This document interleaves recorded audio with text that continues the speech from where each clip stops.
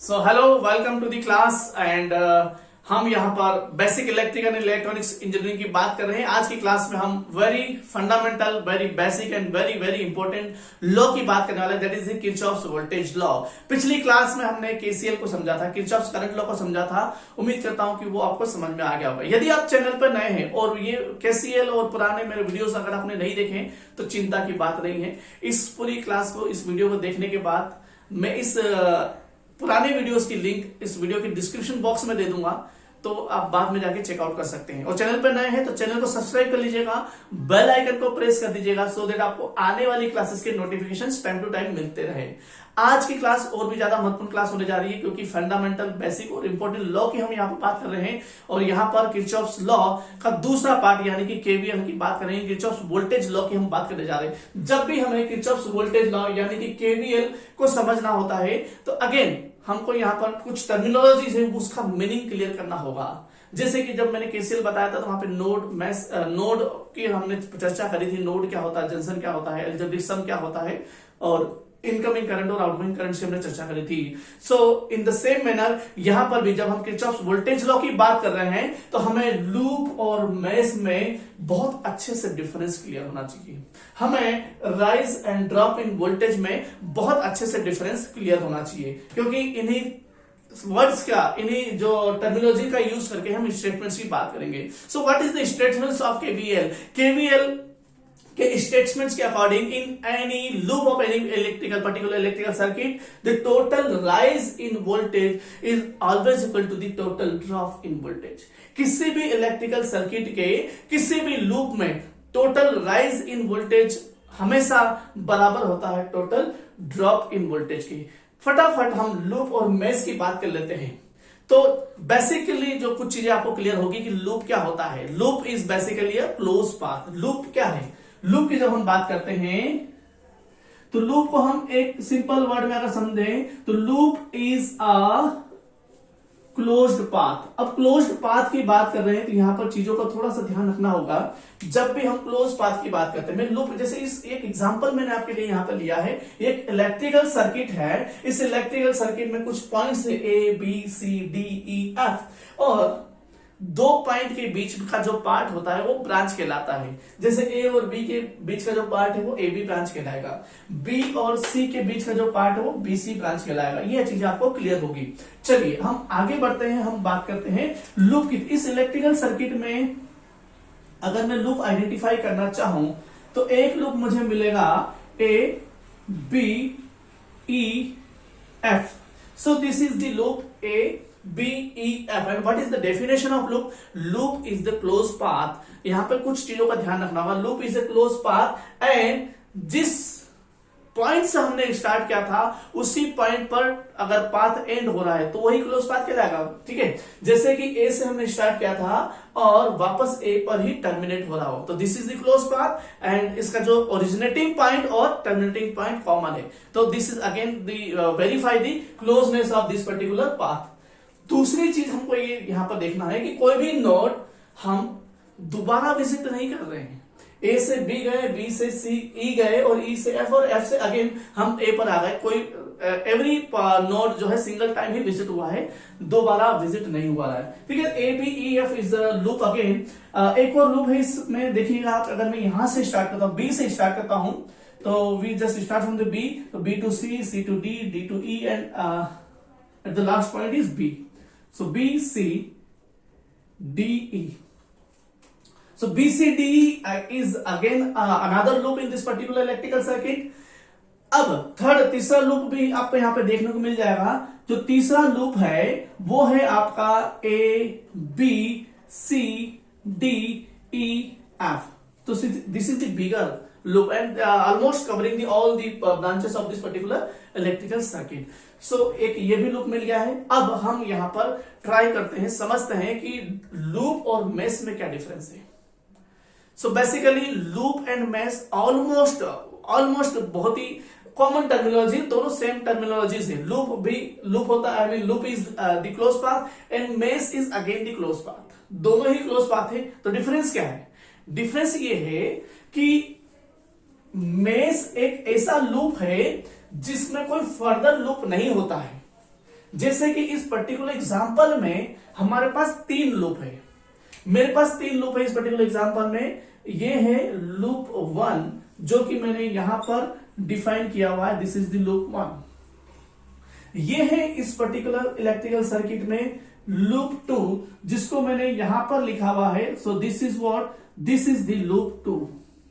And the third one is the bigger loop, that is this one, that is loop 3। ये जो last वाला है ये loop 3 है, लेकिन इस लूप में 2 और लूप भी इंक्लूड हो रहे हैं, या फिर इस लूप में जो है ये पर्टिकुलर ब्रांच जो है रिपीट हो रही है, ये पर्टिकुलर जो है कहीं ब्रांच इसमें कॉमन आ रही है, ये कह सकते हैं। तो ये ABCDEF जो बड़ा वाला लूप है, ये एक ऐसा लूप है जिसके अंदर फर्दर लूप लिए जा सकते हैं, कंसिडर किए जा सकते हैं। तो this is only loop, and ये जो 2 ऐसे लूप हैं जिनके अंदर फर्दर कोई लूप नहीं है, ABEFA इसके अंदर कोई फर्दर लूप नहीं है, BCDE इसके अंदर भी कोई फर्दर लूप नहीं है। तो दिस लूप कैन बी से अ मेश। तो ओरिजिनली अगर देखा जाए तो mesh is again the close path, mesh is again loop, but ऐसा लूप जिसमें फर्दर कोई लूप नहीं होता हो। तो जनरली हम केवीएल की अगर बात करते हैं, केवीएल को समझते हैं, केवीएल को अप्लाई करते हैं, तो हमारी कोशिश रहती है कि हम मेश को कंसिडर करें।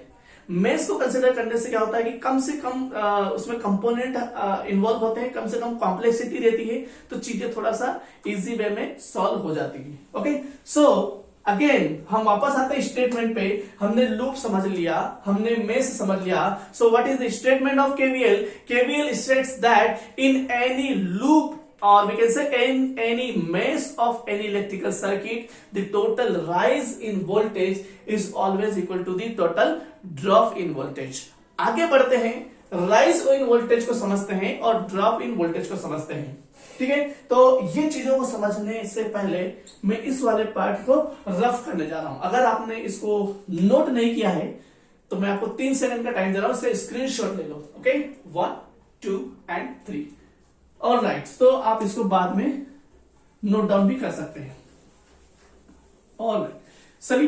तो आप जब हम केवीएल की बात कर रहे हैं तो हमें यहां पर राइज इन वोल्टेज और ड्रॉप इन वोल्टेज को समझना होगा। राइज इन वोल्टेज और ड्रॉप इन वोल्टेज जब हम बात करते हैं तो थोड़ा सा हमको करंट के बारे में नॉलेज होना चाहिए कि करंट फ्लो कैसे होता है, करंट की डायरेक्शन किस तरह से आइडेंटिफाई की जाती है, और हायर वोल्टेज टर्मिनल और लोअर वोल्टेज टर्मिनल क्या होता है। ये बेसिक जो है कंसेप्ट्स के पुराने वीडियोस में बना चुका हूं, आप आराम से इस वीडियो के बाद में जाकर उनको चेकआउट कर सकते हैं। ओके, सो हमको क्या समझना होता है कि हम ये जानते हैं कि जो कोई पर्टिकुलर एक कंपोनेंट होता है, इस कंपोनेंट में अगर कोई करंट फ्लो हो रहा है, सपोज मैंने कहा this is the resistance, and इस रेजिस्टेंस में करंट फ्लो हो रहा है left to right.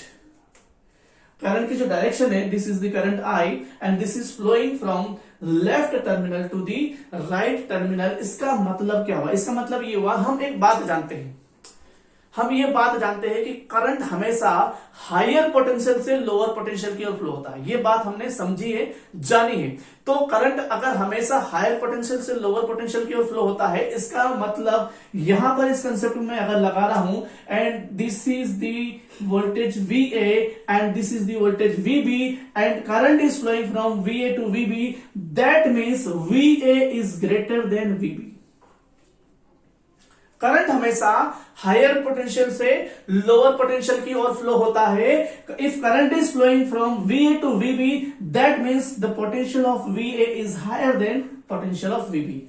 So simple. Okay, so अब अगर मैं ड्रॉप इन वोल्टेज या फिर राइज इन वोल्टेज को समझना चाहता हूं तो एक दो चीजें और हमको यहां पे क्लियर होना चाहिए।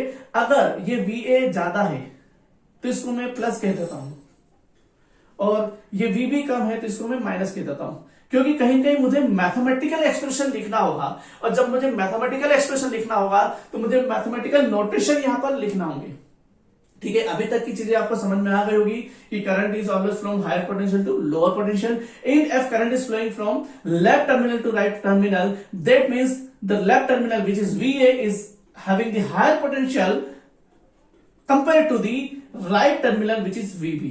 ओके, और यहां से हमने हायर पोटेंशियल को प्लस कहा और लोअर पोटेंशियल को माइनस कहा. और अगर मैं ट्रेस कर रहा हूं यानी कि मैं विजिट कर रहा हूं, मैं लेफ्ट से राइट की ओर अगर जा रहा हूं तो मुझे हायर पोटेंशियल वाला पॉइंट पहले मिलेगा, उसके बाद लोअर पोटेंशियल वाला पार्ट मिलेगा. अगर मैं ट्रेस कर रहा हूं, विजिट कर रहा हूं, मैं यहां से VA से VB की ओर जा रहा हूं तो पहले वोल्टेज ज्यादा था, उसके बाद वोल्टेज कम मिला. इसका मतलब क्या हो गया कि अगर मैं मेरी जो ट्रेसिंग की डायरेक्शन है ये है तो यहां पर क्या हो गया, ड्रॉप इन वोल्टेज हो गया. ठीक है, ड्रॉप इन वोल्टेज कब, जब मैं VA से VB की ओर जा रहा हूं. ठीक है, जब अगर मैं VB से VA की ओर जाऊंगा, अगर मैं रिवर्स डायरेक्शन में ट्रेस कर रहा हूं तो राइज इन वोल्टेज हो जाएगा. एक रियल टाइम एग्जांपल में आप देखिए, जो अगर आप एक हाइट से लोअर हायर हाइट वाले पॉइंट से लोअर हाइट वाले पॉइंट पे अगर आप मूव करते हैं, ऊपर से नीचे की ओर जाते हैं तो आप कहते हैं ढलान है. और उसी में अगर नीचे से ऊपर की ओर जा रहे हैं तो हम क्या कहेंगे कि घाटी है. तो फिजिकल चीज वही है, बस आपके मूवमेंट का तरीका अलग है, इसलिए वो चीज बदल रही है. जब आप पहाड़ से नीचे की ओर आ रहे हैं तो आप ढलान कहेंगे, और मैदान से पहाड़ पे जा रहे हैं तो आप क्या कहेंगे, उसमें घाटी है या फिर चढ़ाई है, हाइट है उसमें. ठीक है, तो इसी तरह से अगर लेफ्ट से राइट की तरफ मूव कर रहे हैं तो drop in voltage. In the same way अगर आप रिवर्स ट्रेस कर रहे हैं, B से A ट्रेस कर रहे हैं, राइट टू लेफ्ट ट्रेस कर रहे हैं तो राइज इन वोल्टेज हो जाएगा. ठीक है, राइज इन वोल्टेज हो जाएगा क्योंकि यहां का पोटेंशियल लोअर है और यहां का पोटेंशियल हायर है. ठीक है, तो राइज इन वोल्टेज जब हम प्लस से माइनस की ओर जा रहे हैं, माइनस से प्लस की ओर जा रहे हैं, तब हम क्या कहेंगे, वोल्टेज राइज हो रहा है. और जब हम प्लस से माइनस की ओर जा रहे हैं तब हम क्या कहेंगे, वोल्टेज ड्रॉप हो रहा है. ठीक है, ये कंसेप्ट है, और इस कंसेप्ट को जब हम प्रैक्टिस करेंगे, अप्लाई करेंगे तो चीजें आपको याद भी हो जाएगी. ठीक है, परेशान नहीं होना, चिंता नहीं करना है. तो अगेन वापस स्टेटमेंट पे आते हैं. केवीएल का स्टेटमेंट क्या कहता है, केवीएल ये कहता है कि in any electrical circuit the total rise in voltage is always equal to the total drop in voltage. मैं इस इलेक्ट्रिकल सर्किट को लेता हूं और यहां पर मैं अप्लाई करके इक्वेशन लिख के समझाने का प्रयास करता हूं ताकि चीजें आपको और अच्छे से क्लियर हो जाए. अगेन ये आपको नोट डाउन करना है, अगर नहीं किया है तो please note down it and take a screenshot within 3 seconds. 1, 2 and 3. Okay, so let us write the equations in both the loops. Let us write the equations. देखिए हमारे पास ये इलेक्ट्रिकल सर्किट है और इस इलेक्ट्रिकल सर्किट में ये left वाला loop है, इसको मैं कह देता हूं 1, और ये जो राइट वाला जो लूप है इसको मैं कह देता हूं 2. मैं लूप 3 को कंसिडर नहीं कर रहा हूं क्योंकि देखिएगा इंजीनियरिंग में क्या होता है कि हम मिनिमम चीजों में ज्यादा से ज्यादा आउटपुट की बात करते हैं. हमें मिनिमम एफर्ट्स में ही अगर हमें रिजल्ट मिल जाता है तो हमें ज्यादा एफर्ट नहीं लगाना. लूप 1 और लूप 2 को कंसिडर करने पे इस सर्किट की ऑलमोस्ट चीजें आ जाएगी, तो अननेसेसरी हमको तीसरे लूप पर नहीं जाना है. ठीक है, तीसरे लूप पे कब जाना है ये अभी हम भविष्य में बात करेंगे जब उसकी रिक्वायरमेंट होगी. तो now I am going to apply KVL, Kirchhoff's voltage law, in loop 1. Loop 1 क्या है, loop 1 is A to B, B to E and E to F. This is the loop 1. This is what? This is the loop 1. तो से suppose इस loop में जब मैं KVL apply कर रहा हूं तो मुझे थोड़ा सा पता होना चाहिए कि कहां पर वोल्टेज राइज हो रहा है, कहां पर वोल्टेज ड्रॉप हो रहा है. फिर मैं टोटल वोल्टेज राइज कैलकुलेट करूंगा, then I will go to calculate the total drop in voltage. फिर दोनों को मैं बराबर कंसिडर करूंगा. ठीक है, तो मुझे कुछ चीजें मानना होती, कुछ चीजें एज्यूम करना होगी. So suppose let us assume the direction of current flowing in this particular loop is clockwise, and say suppose the current flowing through this particular loop is I. हमने माना कि इस लूप 1 में आई करंट फ्लो हो रहा है जो कि क्लॉकवाइज डायरेक्शन में फ्लो हो रहा है। क्लॉकवाइज डायरेक्शन में फ्लो होने का मतलब ये है कि यहां पर करंट जो है नीचे से ऊपर की ओर जा रहा है, यहां पर करंट पॉइंट ए से पॉइंट बी की ओर जा रहा है, एंड यहां पर करंट बी से ई की ओर जा रहा है, और आगे यहां पर जो करंट है वो ई से एफ की ओर जा रहा है। इसका मतलब ये हुआ। Okay, so let us start from this particular point. Start करने से पहले ही मुझे थोड़ा सा चीजें और मेरे पास डिटेल होना चाहिए। मेरे पास क्या डिटेल होना चाहिए कि मुझे पता होना चाहिए रेजिस्टेंस क्या है। मैंने माना कि resistance, this is the resistance R1 and this is the resistance R2 and this is the resistance R3। All right, okay, so आगे बढ़ते हैं और ए से मैं विजिट करना स्टार्ट करता हूं, ए से ट्रेस करना स्टार्ट करता हूं। ए से जब मैं बी जाऊंगा तो मुझे पता करना है कि जब मैं ए से बी जा रहा हूं तो वोल्टेज राइज हो रहा है कि वोल्टेज ड्रॉप हो रहा है, तभी मैं केवीएल को स्टेटमेंट की इक्वेशन को लिख पाऊंगा। तो जब मैं ए से बी जा रहा हूं तो मुझे पता चला कि while tracing from A to B, the current is flowing left to right. The current is flowing A to B. So definitely this is the plus terminal and this is the minus terminal. एक और चीज यहाँ पे clear हो रही है कि जहां पर करंट एंटर करता है उसको हम प्लस कह देते हैं, और जहां से करंट बाहर आ रहा है, लीव कर रहा है, उसको हम माइनस कह देते हैं। In the same way I can write this is the entering terminal of current, this will be plus, and this is the leaving terminal of current, so this will be minus. Okay, और यहां पे तो plus minus minus plus already question में दे रखा है। तो जब भी हमें चीजें एज्यूम करना हो तो जो चीजें हमको नहीं पता है वही हम एज्यूम करेंगे। क्वेश्चन में अगर ऑलरेडी चीजें दे रखी हो तो हमें उसको छेड़खानी नहीं करना है। ए से बी की ओर ट्रेस कर रहे हैं, प्लस से माइनस की ओर जा रहे हैं, that means this is the drop in voltage. ये पर्टिकुलर ब्रांच में क्या हो रहा है, ड्रॉप इन वोल्टेज हो रहा है। कितना वोल्टेज ड्रॉप हो रहा है? The question, next question is arises, what is the value of drop in voltage in the particular branch A B. So voltage के लिए फार्मूला क्या पढ़ा हमने? ओम्स लॉ पढ़ा है। Voltage can be calculated with the formula V equal to the IR. V can be calculated with the help of current and resistance. V can be calculated by multiplying current and resistance. So what is the value of current? What is the value of current? Current is flowing I. And what is the value of resistance? R1. So what is the value of voltage drop in this particular branch AB is I and R1. Voltage is equal to the current into resistance. Voltage drop is equal to the current I into R1. So I R1 is the value of voltage which is being dropped in this particular branch AB. अगर हम और आगे बढ़ते हैं, B से E पर जाते हैं, तो B से E पर अगेन ड्रॉप इन वोल्टेज हो रहा है।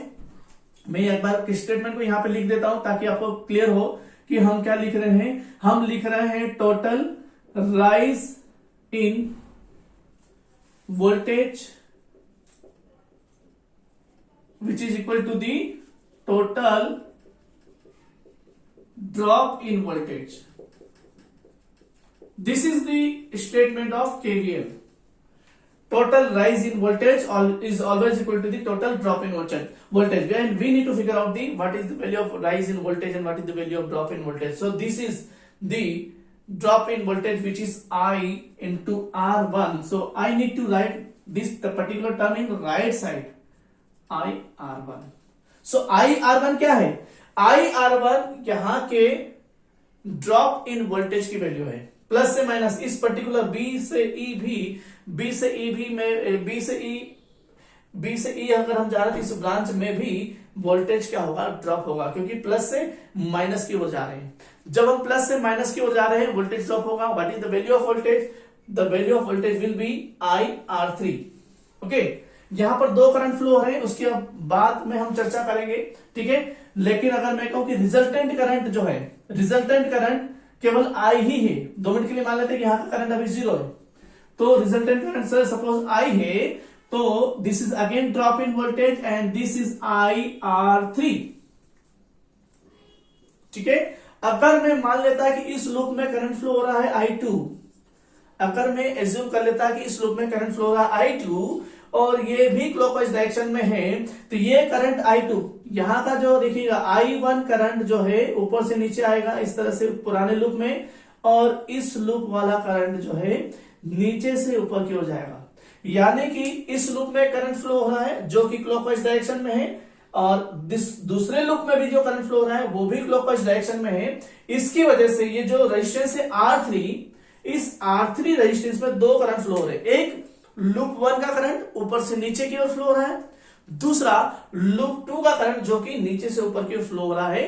तो दो अपोजिट करंट अगर रिवर्स डायरेक्शन में अपोजिट डायरेक्शन में फ्लो होते हैं तो रिजल्टेंट करंट दोनों का माइनस के लिखा जाता है। यानी कि अगर मैं कहूं कि this is I1 and this is I2, तो resultant current will be I1 minus I2। तो इस कॉम्प्लेक्सिटी पे नहीं जा रहे हैं, इस कॉम्प्लेक्सिटी को हमने अभी 2 मिनट के लिए अवॉइड कर दिया है चीजों को आसान बनाने के लिए। And I am assuming that the only current I is flowing from this particular loop, so the current will be, इसको भी हटा देता हूं मैं, okay, so current will be I only and the equation will be IR3। And let us move to the another terminal. There is no terminal in this particular branch E to F, and if I move forward F to F, there is a voltage source, and मैंने माना कि यहाँ जो voltage source है उसकी value क्या है V1। तो इस वोल्टेज सोर्स में वोल्टेज राइज होगा कि ड्रॉप होगा।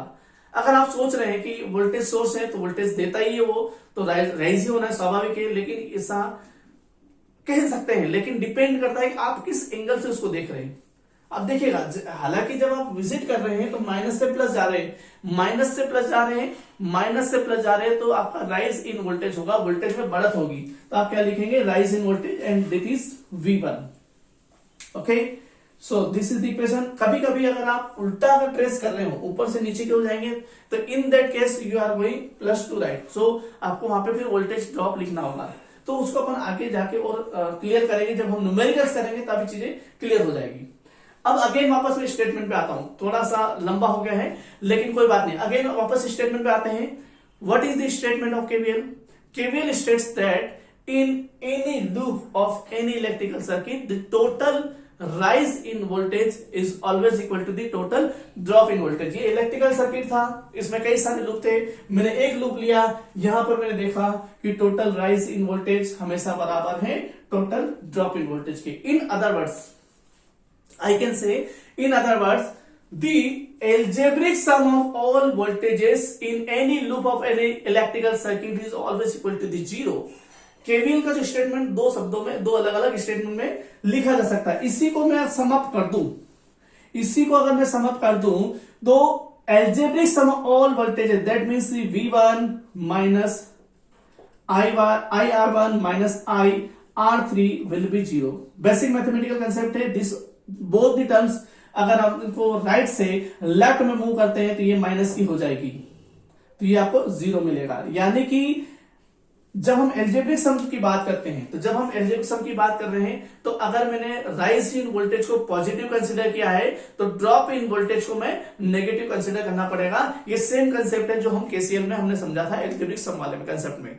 तो टोटल राइज इन वोल्टेज को अगर पॉजिटिव ले रहे हैं तो टोटल ड्रॉप इन वोल्टेज को नेगेटिव लेना होगा। तो ये वही वाला मैथमेटिकल कंसेप्ट यूज हो रहा है। तो आज की क्लास में हमने क्या समझा? हमने बेसिकली किरचॉफ्स वोल्टेज लॉ की शुरुआत करी थी, बात करी थी कि हम किरचॉफ्स वोल्टेज लॉ होता क्या है। हमने स्टेटमेंट्स को समझा कि किसी भी इलेक्ट्रिकल सर्किट में किसी भी लूप में जो वोल्टेज राइज होता है, टोटल वोल्टेज राइज होता है, वो टोटल वोल्टेज ड्रॉप के बराबर होता है, हमेशा बराबर होता है। या फिर दूसरों शब्दों में ये कहें कि किसी भी इलेक्ट्रिकल सर्किट के किसी भी लूप में सभी वोल्टेजेस का एल्जेब्रिक सम हमेशा 0 होता है। तो उस केस में जो टोटल वोल्टेज राइज हो रहा है उसको पॉजिटिव लेंगे, जो टोटल वोल्टेज ड्रॉप हो रहा है उसको नेगेटिव लेंगे। ऐसा हमेशा नहीं, किसी किसी किताबों में उल्टा भी दे रखते हैं, उससे कोई फर्क नहीं पड़ता है। जो भी आप कन्वेंशन ले रहे हैं, जो भी नोटेशन ले रहे हैं, वो आपको एज इट इज लेना है, उसमें कोई फर्क नहीं होना चाहिए। ठीक है, तो ये उम्मीद करता हूं समझ में आ गया होगा आपको। लूप क्या होता है हमने समझा, मेश क्या होता है ये चीज हमने क्लियर करी। एक इलेक्ट्रिकल सर्किट हमने लिया, वहां पर हमने अलग अलग लूप को समझा और किसी एक लूप में हमने ये इक्वेशन लिखने की कोशिश करी। आने वाले वीडियोस में ये चीजें मैं बहुत डिटेल में बताने वाला हूं, क्योंकि केवीएल अपने आप में बहुत बड़ा टॉपिक है, इसकी बहुत बहुत ज्यादा प्रैक्टिस की जरूरत होती है। ये जो मैं आपके साथ चीजें पढ़ा रहा हूं, आपके साथ डिस्कस कर रहा हूं, डीसी सर्किट वाला पार्ट, इसमें आपको कंसेप्ट क्लियर करने के साथ साथ उसकी प्रैक्टिस करना भी जरूरी है। तो उम्मीद करता हूं आज के वीडियो में आपको केवल स्टेटमेंट समझ में आ गया होगा कि what is the statement of KVL, Kirchhoff voltage law, actually इसको अप्लाई कैसे करना है हम आगे और बहुत ही बारीकी से, बहुत ही सरलता से चीजों को समझने वाले हैं।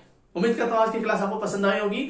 और यस, अगर आपने मेरे पुराने वीडियोस नहीं देखे हो, केसीएल का वीडियोस देखना है या फिर बेसिक इलेक्ट्रिकल का वीडियो देखना है, तो यहां पर आइकॉन्स आ रहे हैं, पे क्लिक करके आप इन वीडियोस को भी देख सकते हो। उम्मीद करता हूं आपको चीजें समझ में आएगी। अगर क्लास पसंद आ रही है तो लाइक करते रहें और कमेंट बॉक्स में मुझे बताते रहें कि आपको क्लासेस कैसी लग रही है। मिलते हैं अगली क्लास में, तब तक के लिए धन्यवाद। जय हिंद, नमस्कार।